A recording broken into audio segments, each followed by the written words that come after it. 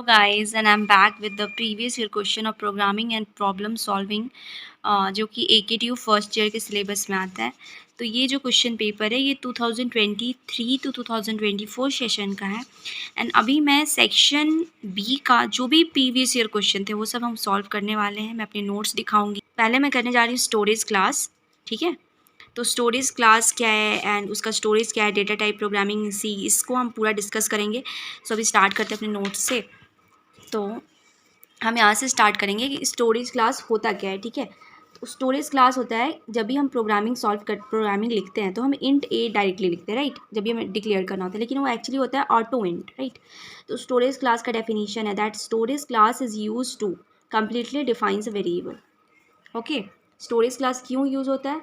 Storage class is use to completely defines a variable. एक variable को completely define करने के लिए स्टोरेज क्लास यूज़ होता है, ठीक है। एंड स्टोरेज क्लास का सिंटैक्स कैसे लिखते हैं, जैसे मैंने लिखा है वैसे कॉपी करना। आपको 7 मार्क्स के 7 मार्क्स आपको कोई नहीं काट सकता आपको, राइट।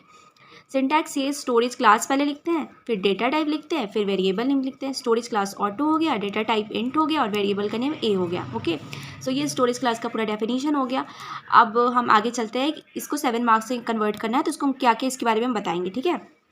सो पहले आता है storage class classifies the following characteristic of the variable. Variable के किन किन कैरेक्टरिस्टिक को एक स्टोरेज क्लास स्पेसिफाई करता है, इसके बारे में हम जानेंगे, ठीक है। तो 4 कैरेक्टरिस्टिक को ये डिफाइन करता है, ठीक है। सबसे पहला स्टोरेज होता है, दूसरा होता है डिफॉल्ट इनिशियल वैल्यू, तीसरा स्कोप होता है, चौथा लाइफ टाइम होता है, ठीक है। अब हम तीनों को डिस्कस करेंगे आराम आराम से। आप इसको अपने नोट्स में लिखना, आपको इसको अच्छे से याद करना। मैं अभी जैसे समझा रही हूँ, आप 1-2 बार देखोगे आपको पूरे अच्छे से याद हो जाएगा। तो स्टोरेज क्लास वो होता है, स्टोरेज वो होता है जो बताता है कि वेरिएबल क्रिएट कहाँ होने वाला है, राइट। वेरिएबल क्रिएट कहाँ होगा वो स्टोरेज बताता है। डिफ़ॉल्ट इनिशियल वैल्यू का मतलब है कौन सा इनिशियल वैल्यू उस वेरिएबल जो क्रिएट होगी उसमें स्टोर होगा, ठीक है। एंड देखो, refers to what initial value will be stored in the variable which will created, ठीक है। नेक्स्ट स्कोप है कि वो कहाँ अवेलेबल होगा, refers to where the variable will be available, ठीक है। एंड लाइफ टाइम है कि कब तक वेरिएबल अवेलेबल होगा मेमोरी में, refers to how long the variable will be available. तो हमने अभी क्या किया, स्टोरेज क्लास को डिफाइन कर लिया, उसका सिंटैक्स और एग्जाम्पल लिखा, उसके बाद उसके 4 कैरेक्टरिस्टिक को डिफाइन किया। अभी 4 कैरेक्टरिस्टिक कौन कौन से होते हैं उसका यूज़ किया, बस हमने वो बताया। अब हम आगे बढ़ते हैं, सबका ये जो भी हमारे स्टोरेज क्लास होंगे, ये 4 स्टोरेज क्लास है, इन चारों के वो चारों कैरेक्टर्स जो स्टोरेज थे, डिफॉल्ट इनिशियल वैल्यू, इन सारे को हम डिस्क्राइब करेंगे तो हमारे 7 मार्क्स पूरे अच्छे से मिल जाएंगे, ठीक है। तो उसके बाद में हमने क्या कर लिया, अब हम टाइप्स ऑफ स्टोरेज क्लास लिखने वाले हैं। तो स्टोरेज क्लास के टाइप्स होते हैं 4, एक ऑटोमेटिक होता है, दूसरा रजिस्टर होता है, तीसरा स्टैटिक्स होता है और चौथा एक्सटर्नल होता है, ठीक है। अब देखो मैं कैसे लिख रही हूँ, मैंने एक टेबल बना दिया है। अगर एग्जाम में टेबल ना बने तब हम आराम से ही नॉर्मली लिख सकते हैं। डेट पहले मैंने एक बार मैं आपको करके दिखा देती हूँ, 1 मिनट। जैसे कि हम बाय द वे एग्जाम में हम टेबल नहीं बना पाए तो हम कैसे लिखेंगे, हम यहाँ ऑटोमेटिक लिख देते हैं, ठीक है। ऑटोमेटिक लिखने के बाद में हम उसका क्या करेंगे, सिंटैक्स लिखेंगे, उसके बाद उसका एग्जाम्पल लिख देंगे यहाँ पे, उसके बाद उसका कीवर्ड लिख देंगे, कीवर्ड क्या होता है, क्योंकि अभी आपको समझ नहीं आ रहा क्योंकि अभी मैंने आपको ये दिखाया नहीं नोट्स इसका, ठीक है। उसके बाद हम इसका डिफॉल्ट इनिशियल वैल्यू लिखेंगे, फिर स्टोरेज लिखेंगे, फिर स्कोप लिखेंगे, फिर लाइफ टाइम लिखेंगे। ऐसे करके यहाँ पे ऑटोमेटिक लिख करके ये सारी चीज़ डिफाइन कर देंगे। ओके, सो मूव करते हैं क्वेश्चन की तरफ। तो हम सबसे पहले ऑटोमेटिक लिख रहे हैं। ऑटोमेटिक स्टोरेज क्लास है, ठीक है। ऑटोमेटिक का सिंटैक्स ऐसे लिखता है, auto data type variable name, auto int A. इसका एग्जांपल में बता दिया। कीवर्ड इसका ऑटो होता है। ऑटोमेटिक स्टोरेज क्लास होता है लेकिन इसका कीवर्ड ऑटो यूज होता है सिंटैक्स में। स्टोरेज क्लास कंप्यूटर के स्टोरेज में स्टोर होता है, ठीक है। डिफॉल्ट इनिशियल वैल्यू इसका गार्बेज होता है, ठीक है। और स्कोप होता है local to the function in which it is defined, ठीक है।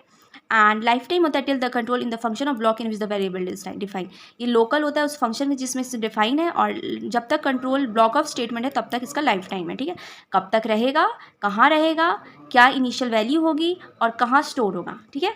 ऐसे ही हम बाकी सारे का भी करने वाले हैं। अब हम रजिस्टर पे आ गए।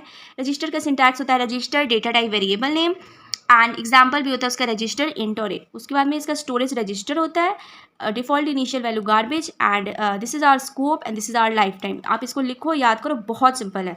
अभी 2 और टाइप्स बचे हैं, एक स्टैटिक बचा, एक एक्सटर्नल बचा हुआ है। तो स्टैटिक्स यहाँ पे है।